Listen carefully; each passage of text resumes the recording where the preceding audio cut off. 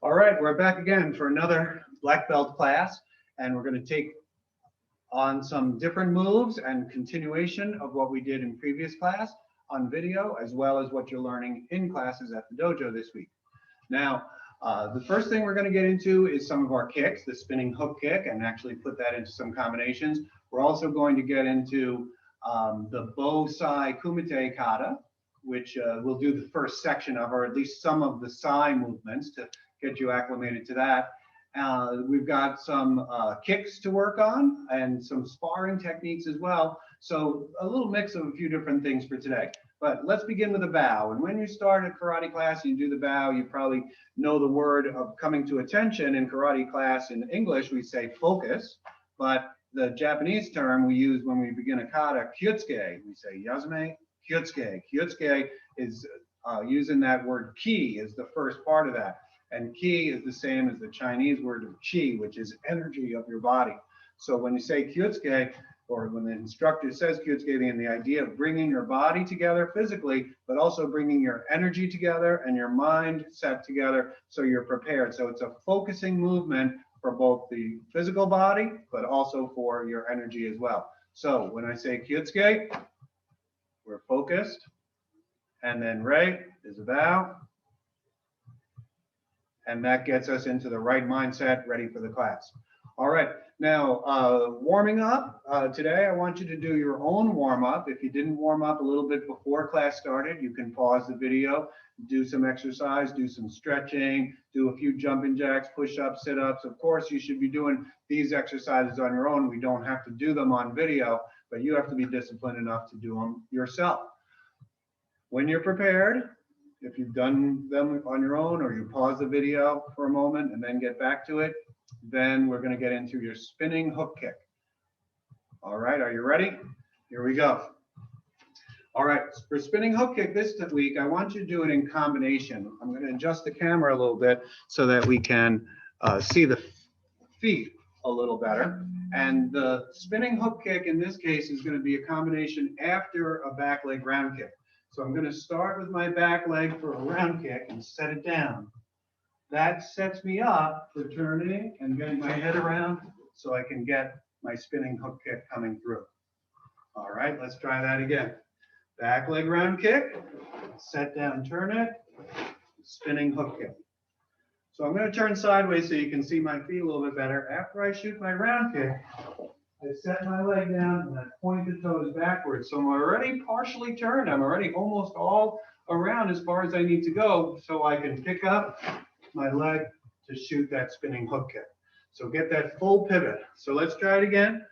On your own, back leg round kick, spinning hook kick. Land in a balanced position after that spinning hook kick. Again, go. One, turn. Two, and come back and try to be as balanced as you can. Again, ready, go. Round kick, spinning hook kick. Good. You'll know you're in good balance if when you land after the spinning hook kick, you can execute a reverse punch. If you have enough balance to do that punch, you're in position pretty well. Let's try it. Ready, round kick, set down, spin, punch. That's it. Again. Good work. All right, now on the other side. Same thing, back leg round kick. Set it down and turn. Spin hook kick, get it back. Reverse punch, showing that you're in balance. Again, back leg round kick, spin hook kick, and reverse punch. Good, again. And one more time. Good. All right. Now, of course, you can pause the video at any point and do a few more repetitions, especially if you feel like you're off balance, if you weren't getting quite into the right position, do it a few more times on your own. That's what a black belt does. If something isn't right, they work on it. If something isn't at the level they want it to be, they work to improve it. So if 5 repetitions is good, that's fine, but I bet 10 would be better, and 20 or 30 would be even better from there. Use what time you have, use it to improve your techniques.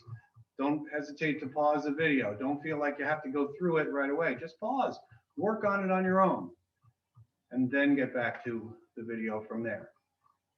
All right, we're going to move on. We're going to go to the sai versus bow kata. So grab your sai. And when we were doing bow sai or bow kumite before, that starts off with your opponent in front of you facing away. You're both facing in the same direction. For bow sai, we face each other. And we're going to do the first section of the sai techniques, which is defending against the attacker with their bow. So we're going to focus on the sai for today. We begin the bow sai kumite the same way you begin a sai kata, with yasume, kitsuke, right? Kata, bow sai kumite, up, guard. You have a guard right here, you're in an ahanchi stance, but then you step forward with your right leg and you take a guard position to face your opponent. Now, when we're facing our opponent, their first attack is a thrust coming out our body. So we step back and do a sai forearm block, and we're using the metal part of the sai to block their bow. Then they attack again, and we block a second time. So there's no counter strike on this one like in bow kumite. There's just two blocks.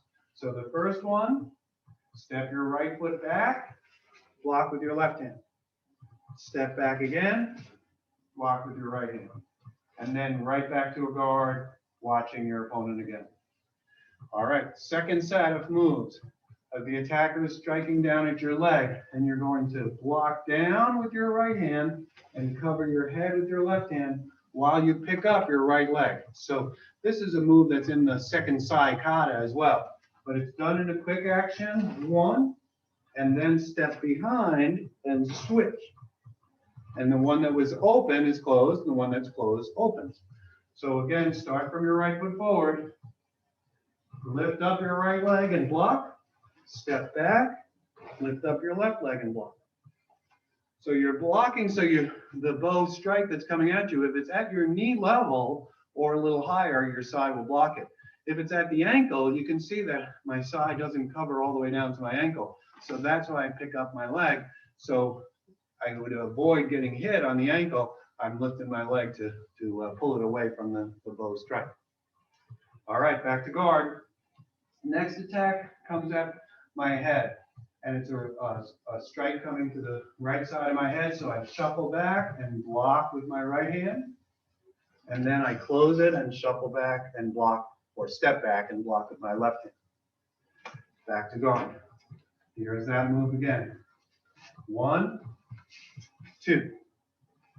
And these blocks are a good reminder of the importance of having your thumb in the right place on your sai. If you are going to block the bow, you need your thumb in that position to push with some strength against the weapon coming in. So getting your sai correct is important. If your thumb's on the side of the prong or off it completely, that's not going to be a good block. Get it in there nice and tight with the thumb right in that center section between the prongs and the shaft of the sai. All right. So let's review. After you've done your guard in the beginning, the attacker comes in. The first attack is a middle strike. We block 1. Then we step back and block 2. And then back to guard. Now they strike at the leg, and we lift that leg up with a block, and then step back and block with the other side. And then, of course, take your guard again and be ready. Always start each sequence with the right leg forward. Third attack comes at the head. We block 1. We step back and block 2. Opening the sai as you do it. The fourth attack is the same as the first attack. Thrusts again to the body. And we step back and we use that forearm block and forearm block again. So set 1 and set 4, that's the same movement both times. Forearm block each time. All right. The next attack has the opponent swinging their bow at our legs. And that creates a situation where the person with the sai has to do a jump. So from their right guard forward, they do a jump to avoid the attack, and then come down with a right hand striking at the opponent. So that right hand aims at their head. The person with the sai, or sorry, the person with the bow will be blocking those moves. But now the sai is attacking, hitting the head with the right hand, step in, hit to the ribs with the left hand, and then hit to the ribs with the left hand again. Now that's not the end of it, but let's just do that one more time. The swing comes at the legs, we jump, and we come down at the head. Then we hit to the side, and then to the other side. Now we close our sai up, and we bring them in together, and go in for a double punch. And that's a double punch with the sai side by side. This is an attack that your opponent doesn't block so much as steps away from, but then does a move where they're going to kick you and you're going to go down to the ground. So again, it's a little bit complicated. This series is the longest one in the Bo Sai Kumite Kata. So here's again how it starts. We jump, we hit 1, 2, 3. We close the sai and give a double punch. Now the opponent does a couple moves and kicks us, and we go down on the ground and we go down on our back. After we land on our back, we roll over to the left and you get down, you get on your knee. So you'll see how I do this when I go back.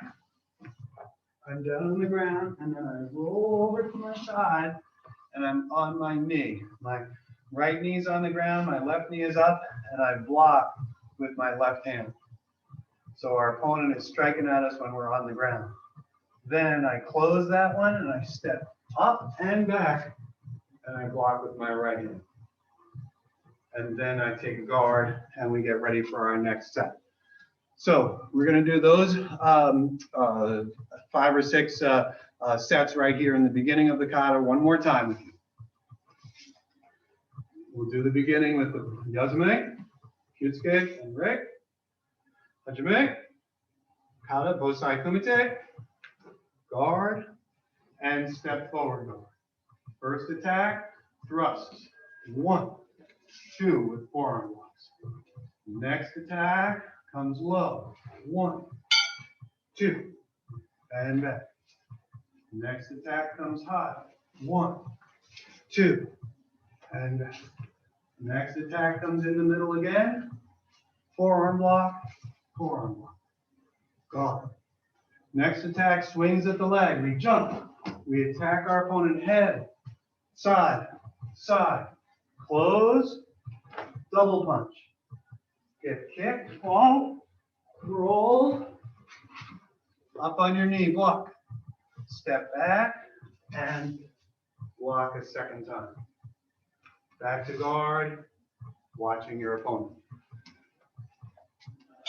When you do it against the bow, you'll see how all these moves come together. But it's good to learn the defensive section, the offensive section separately, and then of course you can put them together. So you'll be working on this, and hopefully this will be a good guide for you for when you're doing it in your class as well. If you don't have a partner to do it with, just practice these moves, and the next time you get to class and we're working on this, you'll get a chance to do it against a partner. All right, put your sai off to the side. And we're going to talk about sparring for a minute and work on some movement that we can do for sparring. We're getting back to more sparring in our classes. And one of the important things, especially as advanced students, as black belts, is to be able to work your angles in sparring, how to angle both on offense and on defense. And the good thing about this is that you don't need a partner to practice this. Now, of course, if you do have a partner, you can have drills where your partner is coming at you and you're angling, but you can even do it by yourself. So I'm going to start in a left foot forward guard. And if I'm going to do a defensive angle, I would typically move my back leg off to the side. I'm going to move it behind me over this way as a defensive move. If my opponent is kicking at me or striking in here, I'm going to angle off by sliding it behind me this way. Now I'm 90 degrees or 45 degrees towards the opponent. Because remember, they're coming in. So even though they're in front of me right now, when I do the side step, they're a lot closer here, and then it gives me an opportunity to do a strike. So depending on how close they come in, sometimes I'll even angle and strike at the same time. So my back leg will move, and I'll shoot my back fist at their head on the same time. And then follow up with a counter strike to the body. So do this with me. Angle the back leg off and shoot the front hand. Then counter punch with the other hand. Good. Again, angle, back fist, punch. So imagine that kick coming towards your body, maybe a front kick or a side kick or even a round kick coming around, and you're getting off to the side and you're hitting them, or at least putting your back fist at their head so they have to do something about it. Maybe they're blocking, and then your counter strike goes right in. So using light body movement, like you're sparring, like you're shadow boxing, and then off to the side, back fist and punch, just like that. Do that a couple of times on your own, moving it behind you and shooting that back fist at the same time. Take your guard, movement, and go. Good. And go. And go. Good. All right, now we can go the other way. We can angle off to our open side. In this case, we were angling off to our back side. But if we want to change our angle this time, we go off on this side. So now my back leg is stepping out, and I'm facing my opponent who's getting sideways here. So when I go from this position, my back leg steps, and again, I can shoot my two moves from here. In this case, I might do it more as a jab, a straight line, and then a punch, not so much a back fist on my first move. So light movement, step your foot out to the other side, 1, 2.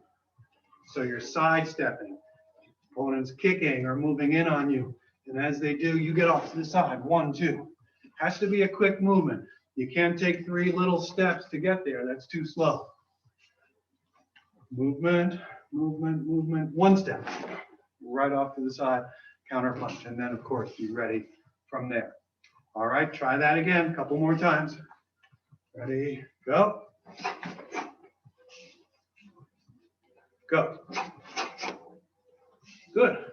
So those are 2 ideas for defensive angling. Moving your back leg behind you in one way, moving it out to the open side the other way. Both of those are good movements.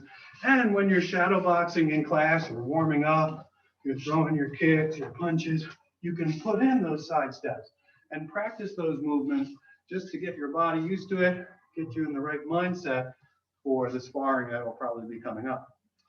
So that's a couple of examples of defensive angling. Now let's talk about offensive angling.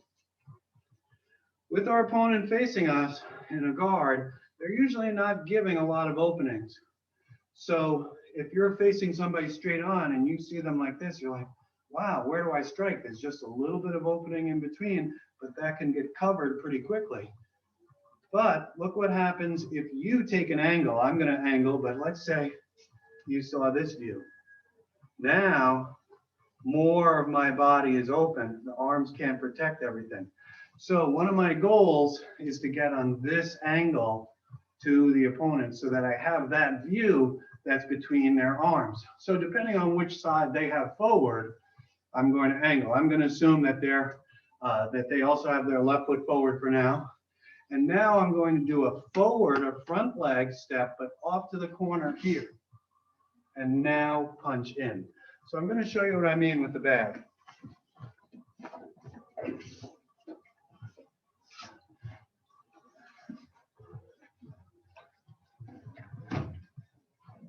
So the bag's going to be my opponent. And this part of the bag, this part of the body, you can't see it as well from there, but not the part directly facing me, but the part on the angle, that's the part that's open on them. So when I'm facing them straight, you can't see me right now, but now I angle off. And now I can get my strikes to them where it's more open. So my front foot goes off to the side, 1, 2, and get your strikes. Head, body is a good way to go. 1, 2 with those 2 moves. You can also do an angle with a kick. And this one's a little tricky. It's fun to do if you can pull it off. When you're facing your opponent straight, you step off on that angle like you did before, but this time use your back leg and pick it up and shoot a side kick right in there, right at the opening that your opponent has when you move your body sideways. So from your guard, big step out, and then right away kick with the back leg. That makes that kick go up at your opponent. Instead of coming in straight at them, it comes in from an angle, and it's a very good surprise. So it's an angle step, side kick, right from there. You could do a front kick possibly, or something else. So instead of attacking something straight on, you're going off to the side. So that's one example of offensive angling. In your classes, your senseis will go over some other examples of angling, and you can certainly work on those in your class. But think about these that I showed you, moving the back leg off to the side either way, or moving the front leg. And I just had you do it one way by stepping your left leg out to your left, and then twisting your body so you can do your defensive combination from there. So I hope these moves were helpful for you and will give you something to work on in sparring. Sparring gives you a chance to put into practice the ideas and techniques and strategies that you're developing. And sparring is a great testing ground for that. Never be nervous about sparring. Always go in with the attitude of learning, trying your best. Sometimes something's going to work, sometimes it's not. But if you don't try it, you'll never know, and you'll never be able to develop it. So be ready to fail a few times before you're successful. That's part of the learning process. And look to spar more competent, more experienced people if you can, because they're going to challenge you. They're going to raise you up to a higher level. If you only spar people at the same level that you are, you'll always stay the same. But if your opponent that you're fighting you is better, now you have to rise up to their level. They're not going to go down. They're going to challenge you, and you have to make some steps to be able to be competitive with them. And you will. The good thing about sparring more experienced people is they typically have more control of their moves. You're not going to get hurt. You're going to be learning as you go. So take advantage of that time to work with your more experienced senseis, more experienced black belts if you can. All right, you got some good practice today. I hope you worked on these techniques with me. Watch the video again, practice it again if you like. I think there's a lot of good things in here. And in classes, you'll review some of these techniques. You'll learn some other things. Keep up the good work. Practice at home. Remember, a black belt continues their practice, not just in the dojo, but on their own at home as well. All right, ready? Give me a focused position and a bow and respect. And nice job. Keep up the good work. I'll see you in classes soon, and keep training hard. Remember, you're a black belt. All right, we'll see you.